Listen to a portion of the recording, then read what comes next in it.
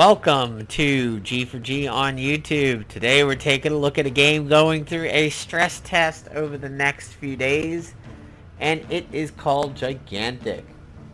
A little bit of history. Gigantic has been in development for some time, and it was in a very long closed beta back in the fall and the winter of 2015-2016. I was invited to it and played it fairly frequently on the Xbox One. Originally, the only two platforms in which you could play this game were going to be Windows 10 and Xbone. Well, Motiga, who is producing this game, has partnered up with a software distribution house and is now going to be releasing the game on multiple platforms. That's the good news. The bad news is, unfortunately, the software distribution house is going to be PWE, otherwise known as Perfect World Entertainment. PWE, as some people like to call it, could be a curse for Motiga. There was a giant flinch, as if 1,000 million voices cried out in flinchingness and then were suddenly silenced when Motiga said that they were going to be partnering up with PWE for the distribution. The reason being is that a lot of games distributed by PWE often wind up having issues. A lot of people like to point to Blacklight Retribution as being one of them. Now, I don't know how games like Neverwinter are doing for them. As far as I know, Neverwinter's still going strong, but BLR definitely had its issues. Hopefully the wider audience for Gigantic will work out, because Motiga seems like pretty cool people, and this has a very interesting look to it. So this is actually my Xbone account streaming to my PC, because it is Windows 10.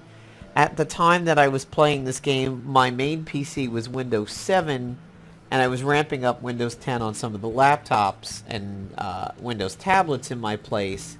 But my main PC was only 7, and I thought, man, this is going to suck if I can't play this on the PC.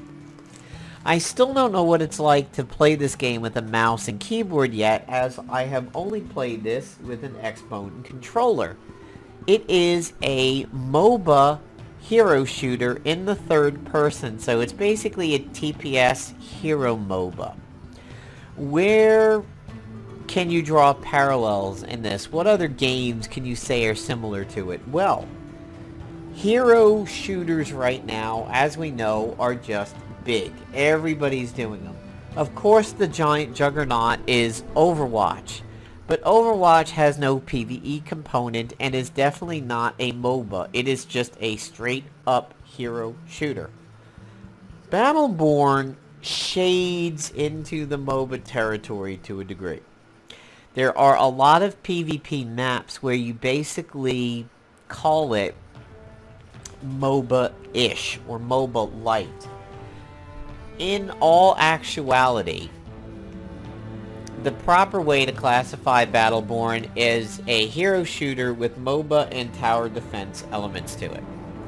Paladins is a straight-up hero shooter, and for this game, you can say the closest parallel to it is Paragon by Epic. So Epic Games, which is known for doing a lot of, hero and just shooters in general, is producing a straight up MOBA in the third person shooter perspective, and it's called Paragon. Gigantic is probably closest to Paragon than any of the other games that we've been talking about. So, when you get into Paragon, and it is not the stress test, when this actually goes live, and hopefully it does, here are some of the things you will need to know. You could draw a fortune card once per day. You are given 3 choices. You want to pick the best card that you think you can accomplish of the 3 choices. For example, win 3 matches. That's all I need to do for this one. Sky Chariot. Score 3 or more kills without dying. Summon or upgrade 2 more creatures in a match. So for this one, you basically have to do 2 summons, or a summon and an upgrade, or 2 upgrades in any given match 3 times. Judgment. Earn 3 creature defender or guardian defender badges. So if you pull cards and you see hero specific cards and you're like, man, I never ever play that hero, for like example, Vidasi. If I pull one of her cards on a daily and I never play Vidasi, I'm just not going to pick that one. So, you can see that under my name over there, there are some credits. There's like those crowns and the diamonds. Diamonds are basically the game's like real life money conversion. The crowns are used for purchasing heroes and creatures. So, when you first start the game, you have the ability to summon either a Bloomer or a Cerberus or a Mountain Cyclops at a control point. You can then buy the ability to summon a Drake instead of one of these 3, or do one of their variants. Now, it's slightly improper to call these an upgrade from the primary. Most of them are just different, but they do tend to have upgraded health. For example, the Summer Bloomer has 6,500 hit points. This has 7,000. Now, they do kind of the same things, except heal 1 ally for 300, heal 1 ally doesn't mention how much, and it spawns healing pools. So this one is pretty much an upgrade. Projectiles that ignite, dashing attack interrupts and ignites, or just stuns foes and projectiles that ignite. So this isn't really necessarily an upgrade, it's just different. Same thing for the Mountain and the Yeti Cyclops. Leaping attack that stuns enemies, leaping attack that stuns and freezes. Stunning attack that sends out a shockwave, shield that reflects projectiles. You can't say this is an upgrade from that, it's just simply different. Moving on, we have the shop, where you can do things like buying a boost for crown credits, prestige for the hero that you're playing. Creatures, of course, which we've just looked at, but everything is fully available for now, so there's nothing to buy. Skins for your heroes. That one's cool. Kind of looks like the Rocketeer, doesn't it? So just a limited amount have skins, and when I was playing the game, there was definitely not skins at the time. But that's probably likely PWE's flair for a little bit of cash grab. So let's give a rundown of the heroes that we will see. There's one that is missing, and that is the big abominable snowman penguin thing. That one's not listed. Not too sure why, though. So Lord Gnosis is basically your melee bruiser. Not really a tank, but kind of like a Sonya from Heroes of the Storm. Just, you know, gets in your face with slightly more hit points. Very good mobility, very easy character to start learning the game on.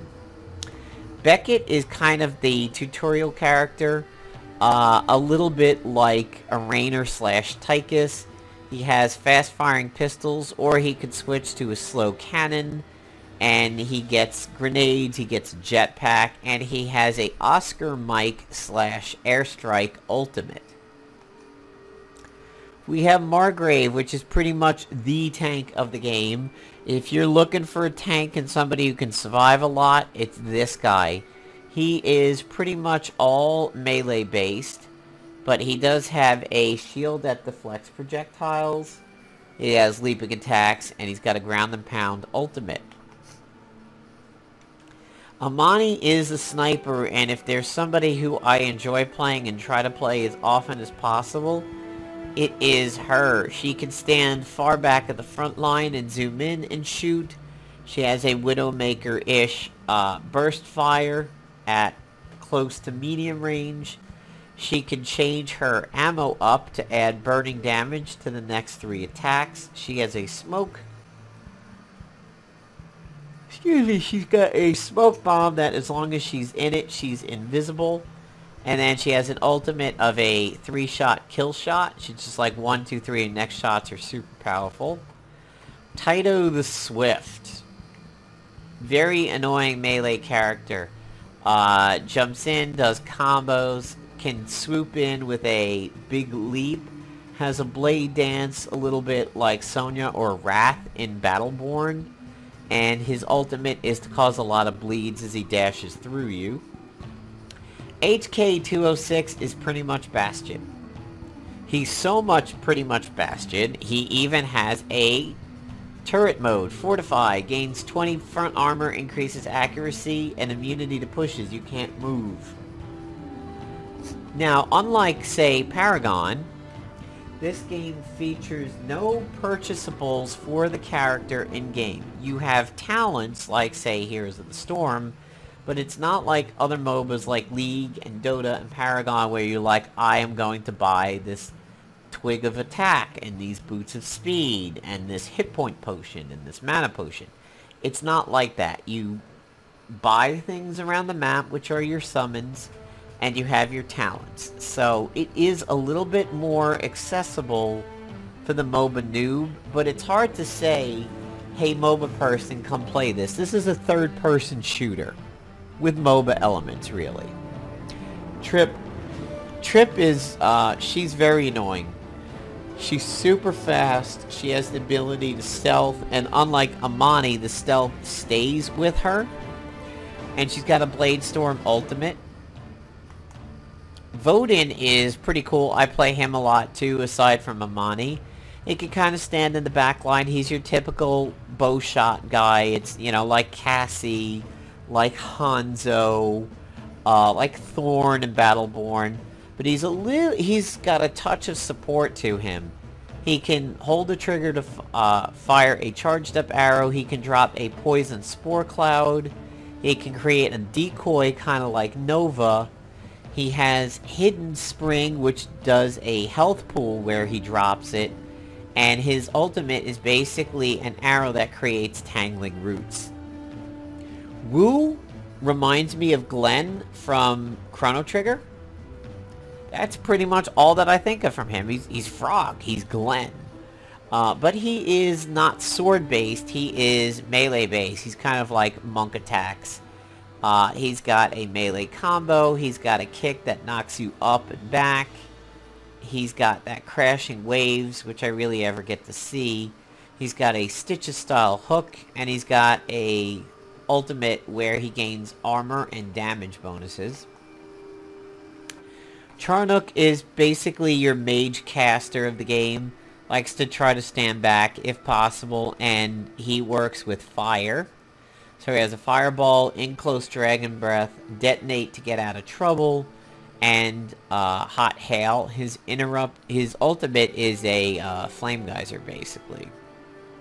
Uncle Sven bears a lot of resemblances to Pip in Paladins. He has different attacking flasks over here. And he has a fire flask, an acid one that lands on the ground and makes an acid pool and cracks armor. He has a slowing ooze. He has a healing water flask.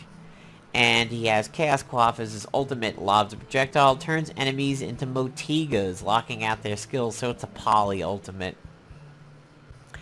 Mozu is a lot like Arendi from Battleborn. It's a little goblin that kind of taught itself magic by stealing people's wands. And does a rapid fire magic bolt. The longer you hold it down, the faster it shoots. An attractor beam, a vortex that deflects projectiles, a teleport, and a deadly ultimate that slows people. Vidasi is kind of a hurt herself. She's a masochistic healer. She hurts herself to give health to other people. She has Ray of Light, a beam that heals allies. When her orbs are up, it uses an orb for more healing. A Smite beam. Divine Wind, where she regenerates her health back. And Devotion, which creates spirit orbs that empower her abilities. The orbs will drain her health. Griselma is the dirty old lady. She, for a time in the closed beta, was considered very, very powerful. Her hand disattaches from the staff and smacks you around. She summons a portal beast. She can do a rift zone that cracks armor. She can disappear into a portal and regen health. And she has this thing called Abyss, which is a trap that pushes people up when they're caught in it. XENOBIA is a, like, squid chick, basically. She is support also. She can do a Shadow Priest style beam that drains people and heals herself. Words of Spite is pretty cool. It is a homing projectile that can do some limited turning, and it cracks armor when it hits them. Wave of Sorrow is a ground-based wave. Mark of Despair is a ground attack that leaves like a swamp puddle. Cursed Soul disables enemy in the area and drains their hit points from them. Enemies cannot take damage while cursed. Aisling reminds me of Shaddox and Aurochs from Battleborn. It's a she that has a, like, friendly ghost knight spirit thing that does a bunch of stuff that she can control. And her ultimate is enemies near Khador are launched and slowed and weakened. So she's got some interesting stuff. Never really get to play her. And here we are back at Lord Gnosis. I'm familiar greatly with Lord Gnosis. I know him a lot. Little bit on BECKETT from kind of the tutorial stuff. IMANI is one of my favorites who I try to pick. I've TYTO'd once. Trip I've played considerably often too. I like Trip, very fast. Voden played second probably to IMANI. There have been some times when I have done XENOBIA a little bit. And I want to show you one of her skins right now, kind of like a pink squid Maleficent over here. So when you get into a game, you get into it by picking Quit Battle. Whether or not they will be ranked, who knows. But pretty much the only things are Practice Arena and Quick Battle, and it's always been that way. Quick Battle takes place on a few different maps, and it's hard to really explain what the goal is. Basically, killing creatures and killing enemies allows your Guardian to power up, and I think when they get powered up enough, it leaves the back row for you, goes forward, and just starts smacking on the enemy Guardian. When it's distracted, you're able to go up and kill the 3 power points on the enemy Guardian, 2 front bracelets and something up in its head. And that just continues to do good things for your team in terms of the power struggle. And it's, I mean, it's a shooter. Your goal is, you're not really killing creep or anything like that. You're killing enemies, and you want to go and protect your own summons. And when it's safe, you want to go out and try to kill enemy summons. If you are a long-range character like IMANI, you will not be able to do anything against a summoned creature if you just go at max range. It'll always say, like, deflect, deflect, deflect. You've got to get in there close where the creature has a chance of retaliating against you. You know, it's just a leash mechanic, basically. Otherwise, everybody would play like long-range characters and just take down creatures. It is 1 per side, so you could have an IMANI on the other side, and you can be IMANI, but you can't have 3 IMANIs, like Overwatch or something. Beginner characters, I would definitely say, would be Gnosis, BECKETT. IMANI's a little complicated in terms of staying alive. I would call that one medium. Trip is very fun and beginner. Voden I would consider beginner to mid. And then it starts getting a little higher. In terms of support, XENOBIA is pretty straightforward and not a bad way to go. And Voden could kind of count as support, but he's like Tyrande. Really, he's like Tyrande in Heroes of the Storm. A little bit of support, and mostly a lot of arrow shots and arrow-related abilities and everything like that. So, let's Go to collections. Here under collections you have your fortune cards. And this is where you can see cards that you have completed from your dailies. So we have things like Jester, earn 30 assists. Empress, win 3. Wheel of Fortune, complete 3 other fortune cards. Win 3 matches while soloing. Well, that's pretty much the only thing I do. Earn 3 Nemesis badges. So, again, this is my Xbone version streaming to my PC. I will be trying to play the PC version and get some game footage. However, the client is not in good shape right now. It has bordering issues. It starts in windowed mode and it blocks your mouse cursor from going all the way up to the top. So certain things are just inaccessible. Like if this was the PC version and I'm moving my mouse up to try to get to those menus, it like stops over here. So I took it off of windowed mode and I put it full screen, and now I can get to everything here and everything here, but I can't get to menu because there's a border that goes like right over here. So if I move the mouse, there's a hard stop. So like I accidentally clicked quick battle and I have the same problem down on the bottom. So I was like, oh, I didn't want to click that. Let me cancel that. And I couldn't get to the cancel button because my mouse stopped here and the cancel button was down here. I'm like, So I don't know what's going on with the PC client. The Xbone version seems fine. It seems just as good as it did when I was playing the closed beta in the winter. The PC version on Arc has problems. And I would love to give it a play, but I'll try during the day and see if I can actually capture match footage. But, yeah. So here is Gigantic by Motiga. I will put a link to the website telling you about the game in the description. Hope you enjoyed the video, and give it a like and ask me any questions about the game below. I'll try to help you out. Thanks, everybody. Have a good 4th of July weekend.